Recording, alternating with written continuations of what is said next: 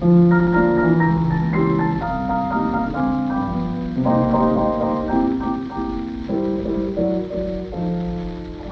must remember this, a kiss is still a kiss, a sigh is just a sigh. The fundamental things apply as time goes by. And when two lovers woo, they still say I love you, on that you can rely. No matter what the future brings as time goes by. I'm speaking today with an old friend, Fred Heckman. Fred and I go back 30-something years. I started at Channel 40 in 1972. Fred was a director there and started at Channel 40 long before that, and even before that started in broadcasting. So Fred, thanks for talking with me to start out with. Well, thanks for having me, too. Now, let's start out and get your history even prior to broadcast. Well, I'm from Hazleton, Pennsylvania. Now, that's a little town down south of Wilkes-Barre, and it's a mining town, actually.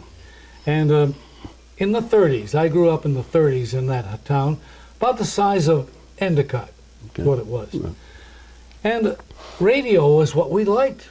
Radio is what we had. Well, that's all you had. Well, we had newspapers, and if you wanted to see the news, you'd go to the movies. Right. They'd be there once a week. You could see what happened the week before. Yeah. But radio, that fascinated me as a youngster during the 30s. And it was we had one station in town, just one, WAZL, 1450, I think it was, something like that, AM, and it was downtown. The highest building in Hazleton was 12 stories. Wow. Something like the press building in Binghamton.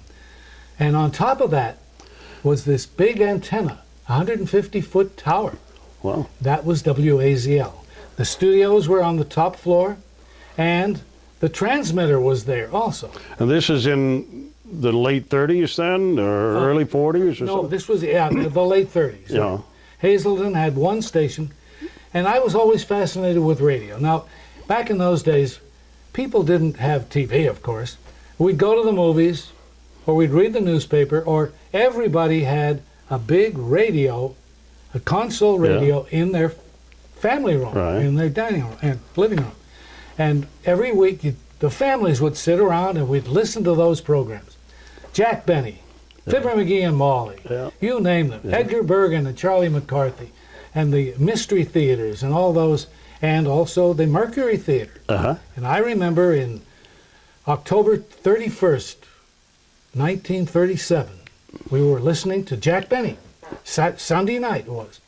And an uncle of mine who lived a few blocks away came up to the house, and he was really excited and upset. He knocked on the door, came in and said, "Haven't you heard about the Martian invasion?" And we said, "No, we're listening to Jack Benny." "Well, tune over. So we dialed over, and there was the Martian invasion with Orson Welles. But they interrupted immediately as soon as we got on the station, and they said, "Ladies and gentlemen, this is a dramatic presentation. This is not real." So they did interrupt the show? They interrupted the show, yes. We heard but people were in panic at that time. So wait a minute. Did you go back to Jack Benny? No, we stayed with the show. We stayed with but I was about 11 years old at that time. But we had a big radio, everyone had a beautiful radio. Ours was called a Lafayette radio. And you could dial it, and it had a new thing, really new for those days, a glowing tube which looked at you and had a little V in it. And as you dialed closer to the frequency, the V would close up. Ooh. So that when you were right on the frequency, it was closed, so you knew right where you were. And that was something new. Yeah. And but everybody loved radio. And they used to listen to boxing matches with the big Brom Bomber, Joe Louis, and all of the sporting events and all. So I got interested in radio.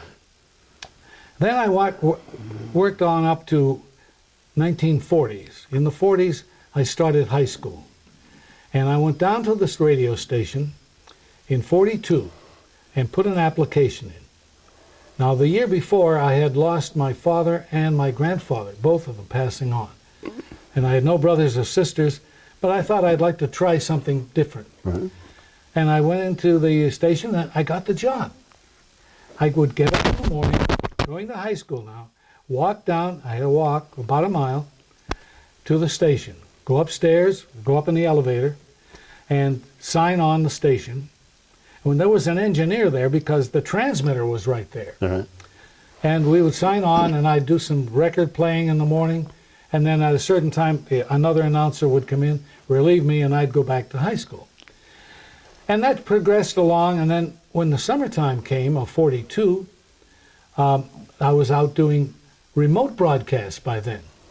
Now, we had a theater on a street called Wyoming Street. It was called the Feely Theater. Everybody used to go there. I used to go there for a nickel on Saturday mornings. And they had a couple of features and a serial thing, too. But this theater had a huge organ, big pipe organ in it. And there was a man in town called John Stanziola. Nice man, excellent organist. So the station decided to broadcast him once a week. So I would go down with a little remote pickup, was a little amplifier, and everything was done then by telephone wire. I would hook onto the block, going back to the station, set the microphones up, and introduce Mr. Stanziola, and he would come out and play for a half hour. And then he gave me his itinerary, and I'd announce each one of them. So there was another place in town, too, called Genetti's Tyrolean Room, which was another downstairs below the bank building.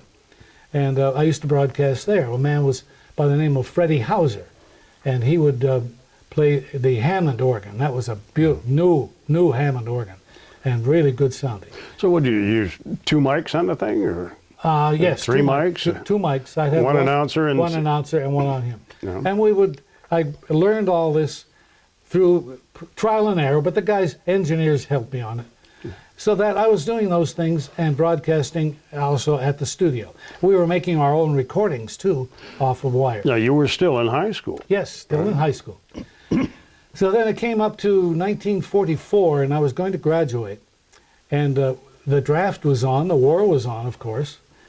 So I decided to join the Navy.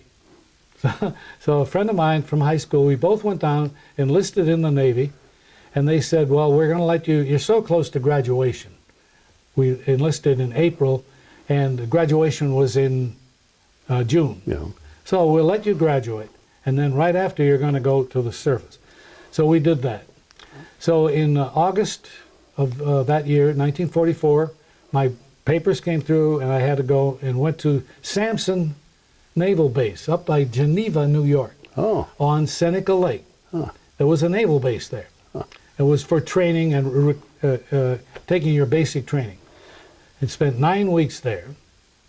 And then I had a week off, come home, visited people and friends at home, went back up, and because I had written down when I joined the Navy that I had experience in radio, they sent me to radio school. Of course. Of course. Why not?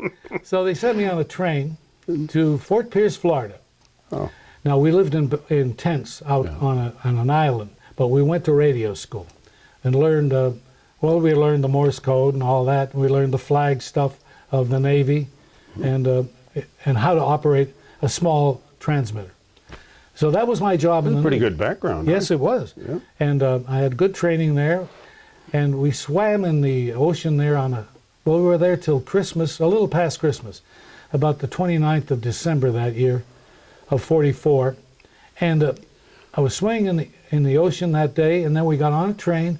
2 days later, I'm in Providence, Rhode Island, chopping ice on the dock, and we got our new ship there.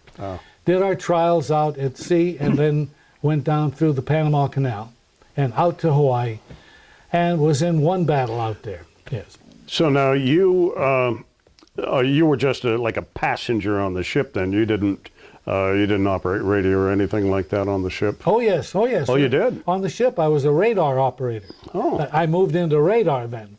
And that was a new thing. Radar was new then. And my daytime lookout, we all had lookouts. and was on the crow's nest. I used to crawl 110 feet up, and once you got in that little cage, like, you couldn't fall out. Oh, that's good. You couldn't, because the door was on the bottom to get in, and you had to open it from the bottom. But that was my upper look. But at night, I would then go to the bridge and operate the radar. And we could see ships at 125 miles away. Right.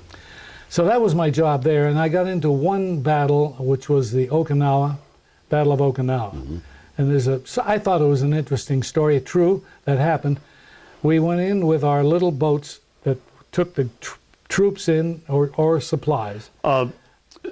Yeah, we can't show it on the video now, but maybe Fred, maybe I can edit in a picture of your. Of the boat, the Higgins boat, yeah. They were the landing craft. They had them at D-Day too, of course, and we had them out in the Pacific. So we got into the Okinawa area, and we went up this river to drop off our troop. We had Army Signal Corps troops aboard. We dropped them off. And while we're there waiting, I had the radio in the back, and I'm talking to the ship. You were the radio man radio operator. On this boat. And there was a crew of 4. The coxswain, he drove it. The engineer kept the engine going. I was the radio man, and the 4th man was a gunner. He had a machine gun in the back of the stern of the boat. But while we were there, the tide went out. And with the river going into the South China Sea, when that happens, the river goes down, when the tide goes out, and we were sitting on the bottom of the river, on the rocks. You're just sitting there. We couldn't move. We had to wait for 12 hours till the tide came back. I guess you were a little bit lucky there. Yes, we were, because there was an airfield right near it. The river was called the Kadena River, and the airfield was Kadena Airfield. Japanese had an airfield there, and it was being bombed all the time, and they were flying over us. But apparently they didn't care about the little boats at the time. Well, that's good. Yes. Because you couldn't push that thing. We couldn't move. We couldn't move. And there were about 20 boats all sitting on the bottom. Wow. So somebody said, whoops, those guys are sitting on the bottom. Right. Were there a lot of boats sitting there? Or? Yes, about 20 of us were really? there. Yeah. Wow. But finally the tide came in and we got out of there. We got back to our ship. Oh. And everything was fine. So that was my one experience. It was a war zone, and we got there the day that. Have you ever heard of Ernie Pyle? He was a writer. Yeah. Well, he was killed that day.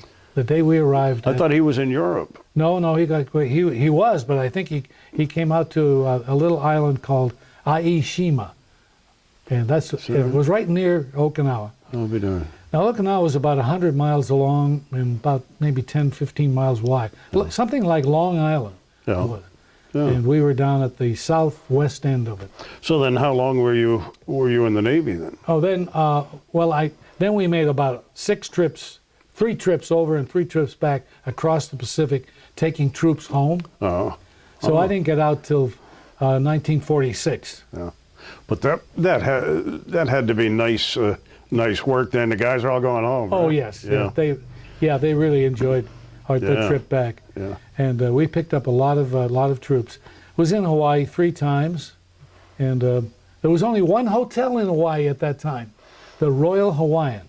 It was a beautiful hotel made of cement, colored pink. It was pink cement. Now it looks like Las Vegas. Okay. But I did swim in Waikiki Beach a couple of times. Yeah. The Royal Hawaiian was set up for the submariners who came back to Pearl Harbor and give them rest and relaxation. They stayed there. Okay. So then, after the war, I decided I'm going to continue with radio. And the nearest one to Hazleton was Ithaca College. A friend of mine was at Ithaca, and he told me about their radio course that they had up there. So I went up and explored it, and I went on the GI Bill and went to Ithaca College for 4 years. They didn't have television courses then, only radio. So what was your degree in then? It was in radio, communications, fine arts, radio. Oh. And I got my bachelor's degree in 1950. And I went there in 46. But while I was there, Ithaca College put its own radio station on the air. And a friend of mine by the name of Bruce Flaherty, who was a local broadcaster, and he also went to Elmira later, He was local. By local, you mean Binghamton? Binghamton, yes, he was from Binghamton. Well, he's from Endicott, actually, but he was working at one time at WNBF TV. So we helped put the transmitter on the air, a little 5-watt transmitter, and it was WICU, Ithaca College, and I forgot the frequency now, but we got it on the air. So you were there, you helped put WICU on the air? We ran the transmission cable up and hooked it up, and we were on the air. Now, what Ithaca College did then for their course in radio, it was radio production. We did productions, big hour shows. Okay. And with sound effects. We had a sound effect group, and we had turntables and music and stingers and directing and all of that for radio, but not television. How did you record it? We had it on audio tape. Audio tape at that time? Right, huh? audio tape. Yes, we did have audio tape. Oh, I thought at that time they were recording like on big transcriptions. No, we didn't cut. No, we didn't cut them. No, we on audio tape. Huh. But we also had there was a tape recorder called a wire recorder too. Yeah. That was really. Oh, they were awful. They weren't were terrible. Yeah. They were like bird's nest. You didn't have any frequencies. No, they sounded real tinny. But we did productions there, Yeah. and wrote our own productions, some of them, and usually there were hour shows, and then we finally got them on the air. People could hear them in the studio. On the station. Right around town. So did you do them live then or recorded? No, we did them live. So no editing or anything, sound no. effects? Right. How'd they go? Pretty well? They went very well. We had our own little studios, and that was part of our regular production and our course. But also my course included a course in a class in classical music. I did English literature, American literature. We did some ballet. I did a little ballet.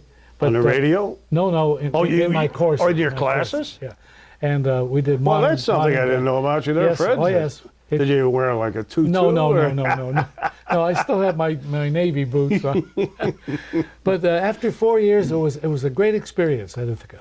Yeah. And so in my last year there, the school had made arrangements with different radio stations to have interns go.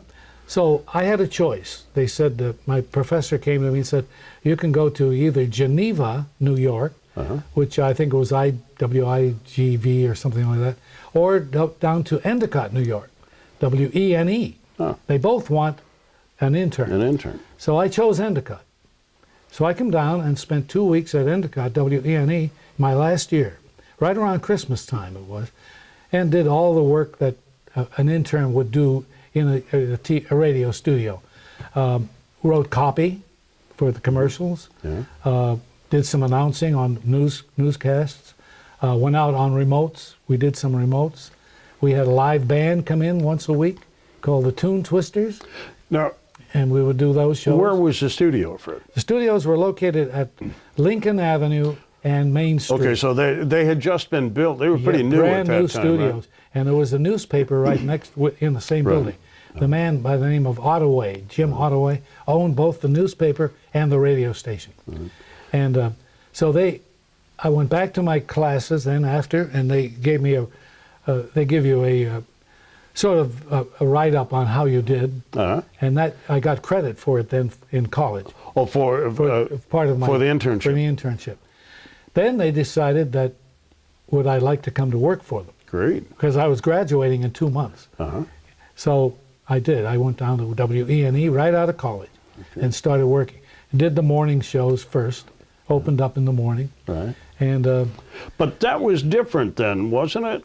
I mean, when you were doing the morning show, was it similar today, where you'd talk a little bit, throw on a record, and that kind of thing? Exactly that way. Yeah, I tell them if I went to a movie the night before, I'd tell them how I liked it and things like that. Movie review. Movie reviews. Fred's a movie reviewer, right? And play some music. And what about news at that time? Or was there radio news? Oh, yes, there was radio news. Because we had an... Oh, you had a newspaper. We had the newspaper, and we also had, I think it was Associated Press, I think it was. Do you know the one that typed it out? Right. And that we'd rip and read and stuff like that. Yeah. So I had about a year there. I was there in 1950, and by 51, this friend of mine, Bruce Flaherty, was working as the weatherman on Channel 12, which was the only one station in town then, one TV station, WNBF, Channel 12, and he said, there may be an opening over there. So I went over and tried and put my application in and got hired there in the engineering department. I was in the control room. Well, what made you decide that you wanted to be in engineering rather than on air? That was all that was there at the time to get in. And you wanted television. And I wanted to get into this new field, yeah, which we briefly talked about it at college, but they didn't have any courses. So I learned it from the bottom up. And Mr. Riccadelli was there, and the chief engineer's name was Lou Stantz, Mr. Stantz. A nice man. He hired me for the control room. And this was new to me now. Yeah. I'm seeing equipment I had never seen before. Right. You know, iconoscopes for picking up the video off of film. Right. And the one in the camera too, the image orthicon cameras. Those guys were big, weren't they? Oh, they're huge cameras. One of the tubes I have at home is about 14 inches long. You've seen it. Yeah, and that was just inside the camera. Right, inside the camera. So it had the big wheels. Yes, and, everything. Yeah, wheels, you wheel it around. Yeah. They were monstrous things. And they were black and white, of course. Yeah. They're still black and white. And it must have taken a lot of light to get a picture We did. in there, too. We had tons of light pouring down on people. So now this is... 1951. 51? Right. So you started at Channel 12? Channel 12 in 1951 and worked there till 56. 5 years I had. And, who were some of the other people at Channel 12 at that Ed time? Scala was there. Ed Scala. He was, what, program director? He was program director, and he also did 6 o'clock news. We didn't sign on until 5 o'clock in the afternoon. So, go on the air. Oh, so you worked nights then? Yes. Yeah. Well, you worked like 4 to midnight or something? Right, and it was mostly after the news, which we did live, we hit film. We didn't have a network at first. Right. At Channel 12. So the station signed on at 6 and went off at midnight? About 11:30. Right after the news, that was it, huh? No, we had news, and then sometimes we'd run a movie. No. After that. Yeah. And but it was all film. And in those days, when you did a commercial, it was live. It was live. Right. Everything was live. Do you have any... We had funny things happen many times. We worked with Ralph Carroll. I worked with Ralph. Oh. And Bill Parker, too. Yeah. Bill was there. And but Ralph had a guest, and he was going to interview him. And there was a commercial in the interview. He had a Naugahyde chair that he was going to spill some water on, Right. and then say, "Don't worry about it. This is Naugahyde. You can wipe it right up, and it's dry." Well, the guest drank the water during the show. Don't drink the water! Don't He drank the water, and then poor Ralph had no water to put it in dump the on. dugout. And so those are funny things that happened. Yeah. We had live. So, well, wait a minute. So what did Ralph do? Well, we got him a glass. We got him some more water quickly. But he thought it was something for him to drink. So he did. And we had other things. We had a cooking show with Helen Baldwin. She cooked a cooking show every day of the week, 5 days. Really? And we ate very well. She was a very good cook. So the crew got to eat whatever she cooked? Whatever she cooked. And the studios were down in the bottom of the Arlington Hotel. No longer exists. But that was at Lewis and, I guess, Shenango Street. Yeah. Beautiful studios down there, way down in the pits. But we called it the submarine. When we would it was the sub-basement it was. And that's where WNBF TV was at that time. Remember some of the other shows back then? Oh, yes. The Drazen Show. The City of Fashion Drazen Show. A. Murphy Drazen was the owner, and that was Bruce Drazen's father. And he would be out there, and they'd have these girls dressing up every week. And I was a camera guy on that show. And they would come out, and he would say, "I wish I could show you this color of this beautiful dress." Black and white. It was black and white. And we did the Little White Church program there, which was a live show. And a lot of other, all the news and sports and everything was done in the same studios. Wow. But it was the early days. I call it the golden days of TV. BT, before tape. Yeah. There was no tape. Yeah.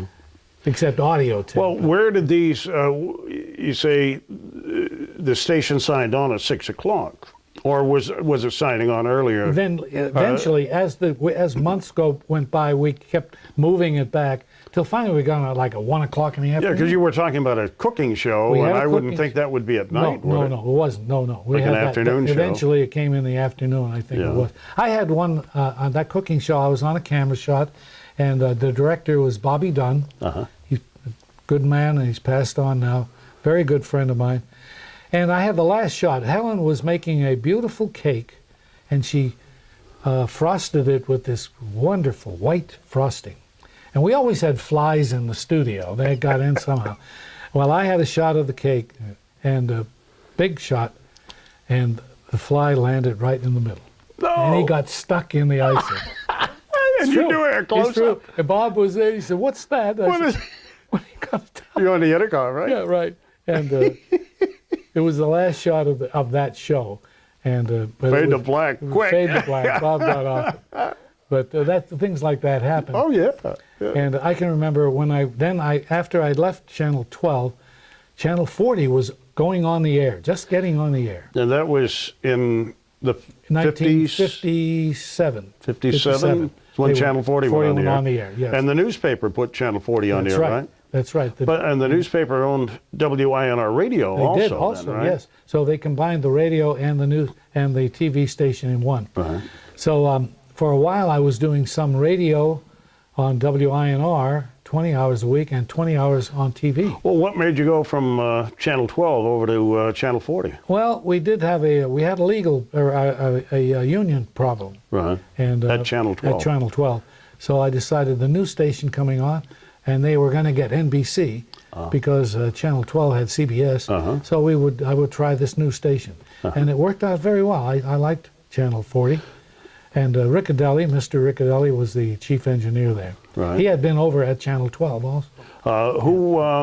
At that time, who was the general manager at Channel 40? You Oh remember? gosh, the very first manager, I really don't recall him, but I know Ed Scala was manager for a while. So Ed then went from program director at Channel 12 He became manager. over to manager of at Channel 40. Yes, he was manager at Channel 40. And Channel 40 had little satellites out around that we would rebroadcast because the FM, the high frequency, wouldn't get across some of the mountains. But Channel 40 was great. It was a wonderful place to be. And we were over in Binghamton on Carroll Street, over the Goodyear tire place. Every now and then you'd hear the guys down there taking off tires. but in general, it was a nice place to be. Yeah. So I was there from 1957, and then you came in 70s. 72. Right. I was there. But a lot of guys came through. Pete Van Weeren came through there. I replaced Pete Van Weeren. I remember Pete. Yeah. And he was doing I was directing one of his newscasts, or sportscasts, a very good sports announcer. And we had, that year, we had wasps in the studio. Occasionally a wasp would get in, and Pete was doing his newscast, or sportscast, and one landed right here on his shoulder during the cast. And he was doing what, the weather, the sports? Or No, he was doing sports. Sports, He was doing his sportscast. And he got through his whatever he was finishing up, baseball scores or something, and he signed it off. He had to get out of there. He didn't like that wasp walking. I don't blame him. But those are some of the funny things. Were you there? I understand that some of the newspaper people also were on television. Yes. Tom Cawley. Tom Cawley. Tom Cawley Now, would come over. he was a columnist, right, with the paper? He wrote for the Binghamton Press. Right. Yes. And he was very well liked. He was Right. sort of like a Dave Rossi of his time. Right. He covered all the elections. He was into the politics things, and he was a good writer. Right. And funny at times too. But they got him over there because it was Tom. Put him on the 6 o'clock news, and he did an admirable job, really. Yeah. And we would get our pictures from the Binghamton Press occasionally. They would send us photos Right. and stick them up on the on the shots that he was. But also we would do anything that we did on let's say a fire and so on was done on film. We didn't have the tape Right. yet. So we would go out, shoot the film, bring it back, and develop it. We had a developer. Right. You remember those? I remember that. The heart and lung machine. Right. So it would come out, and to do it quickly and get it on for 6 o'clock, he would make a negative print. It would come out negative. So you didn't have to make a positive print because on the film chain there was a little switch that the engineers had designed. You just throw the switch and now the print becomes positive, and you get a positive. So you were able to get it on the air faster. Get it on the air faster that way. Yeah. It's much faster. Yeah. And when you're in black and white, it was black and white, of course. Yeah. And then finally, we got color. Color came in, and everyone was just amazed. And those cameras were not too small either. They were pretty good size. But so when did Channel 40 start color then? Oh, probably gosh, in the 60s. In the 60s, yeah, the late, yeah. So, and I can remember when different times that a major event in the world happened, that when the man stepped on the moon, when Armstrong stepped on the moon, in 1969, July 20th, I think it was, and we had that on the air, and also Kennedy's assassination, President Kennedy. And I remember the first broadcast from California for I think it was the UN or something out there, that came across country, all on microwave. Oh. Yeah, and a little cable. That's a big deal then. The first time we saw video from live video coming from California. Yeah. Wow. All the way from California, right? Yes. So I saw a lot all those years. I put 32 years in at Channel 40. Who were some of the faces, some of the personalities, some of the people at the station, not necessarily on air, but who were some of the people you remember over the years? Well, of course, the chief engineer, Gino Riccadelli. Right. He was one of the great guys there. Bill Kramer. He was an engineer at Channel 40 and passed on now, but a very good friend. Frank Shelley. Oh, yeah, Frank. He was an engineer there from near my hometown. He was from Freeland, Pennsylvania. It was about 20 miles from Hazleton. So I knew Frank there. Vern Rollins, of course. Yeah, Vern's still there, right? He's still over there, yeah. And Scott Dilliard. I knew Scott. And also Scott Swinimer. They both those. I worked with those guys. And how was it going from 78, 77, 78, somewhere in that neighborhood when Channel 40 moved from the tire store right, over to the Parkway. To our new building. Yeah. It went smoothly. It went very smoothly. Yes, it did. We didn't miss a broadcast. I remember, Fred, I was doing the NBC drop-ins in the morning, in the Today Show. Right. And you were directing. And it was right after they started, and I was doing one of them live, and all of a sudden you're brr, brr, and Fred said, what is it? You went to a commercial, you go flying out of the studio outside, you yell at the guy with the jackhammer, and run back. They were doing construction outside the studio, and what are you going to do, you know? Yeah. Well, you did a real good job. You were pretty fast then. Yes. You went flying out through that studio, out the door. Well, I was a bit younger then, too. That was a fun thing. So after 32 years, and a lot of people went by me. Ted Russell was a very good anchor man. We had anchors, just great guys that moved on. And did very well in other parts of the world. Yeah, well, I was thinking about Ted Russell, that he brought a new sense of quality, I think, to the broadcast. He certainly did. The last I heard of Ted, he was in Florida, I think in Orlando. He went down to Florida after he left Binghamton, yes. Yeah, right. But he had definitely network quality. Yeah. Fred, maybe I should tell that story. If you'd like to. I'll tell you, when this was in 1972, at that time, you didn't send a videotape to the station because nobody had videotapes. So what you would do is go to the station, apply for the job. They'd do an interview. If that went pretty well, then they would ask you to do an audition. And they'd give you some Associated Press copy. They didn't have teleprompters or anything then. So they'd give you some AP copy, and you would sit on the set and be videotaped so that the management could take a look and see what you look like. And so I went to the station. Fred directed my interview in 1972. And so I sat on the set. I did this 3-minute newscast, I guess it was, from Associated Press. When it was over, Fred came out to the studio and said, really good. I noticed definite network qualities. I got the job. And part of my job afterward was operate camera, operate audio, whatever. And I found that any time after that that somebody came in to audition for a job, didn't matter how good they were, didn't matter how bad they were, Fred was always so nice. And Fred would say, after it was over, Fred would go to the studio and say to the guy or girl, I see definite network qualities. Right?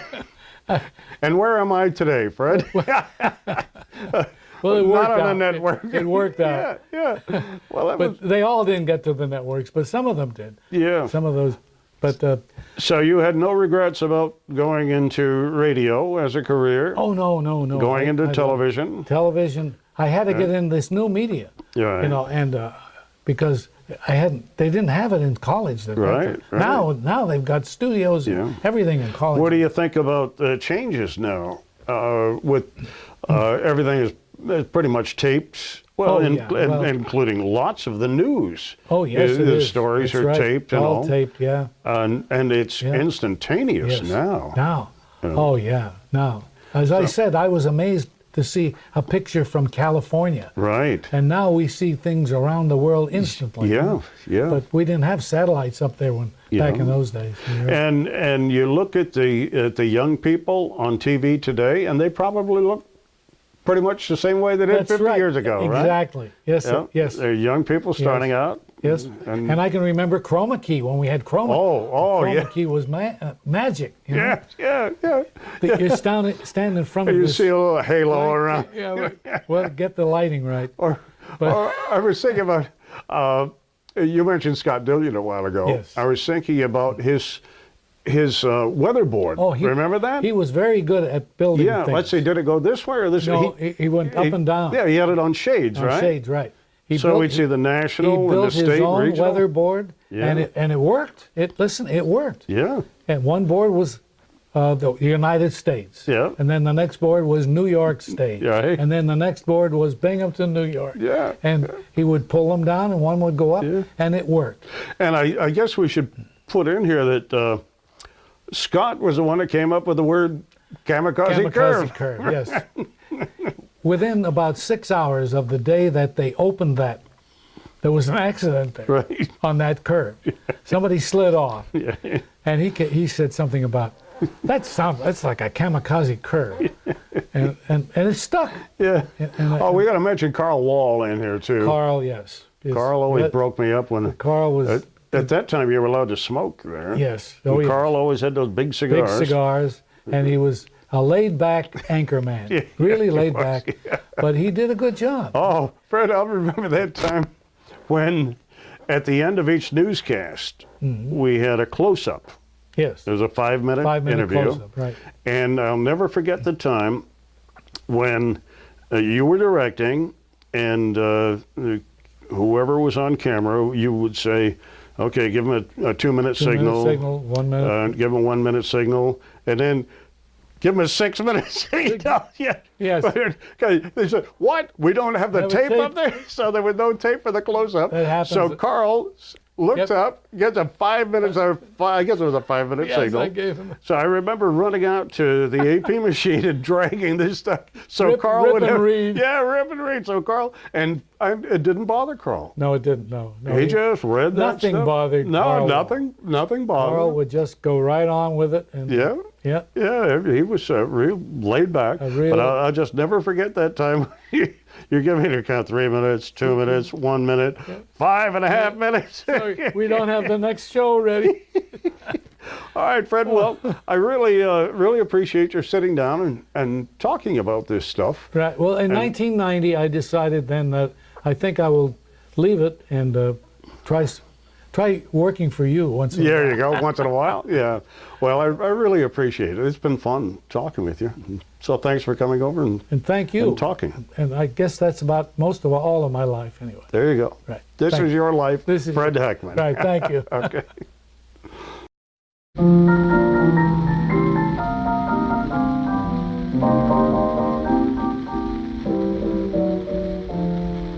You must remember this. A kiss is still a kiss. A sigh is just a sigh. The fundamental things apply as time goes by. And when two lovers woo, they still say I love you.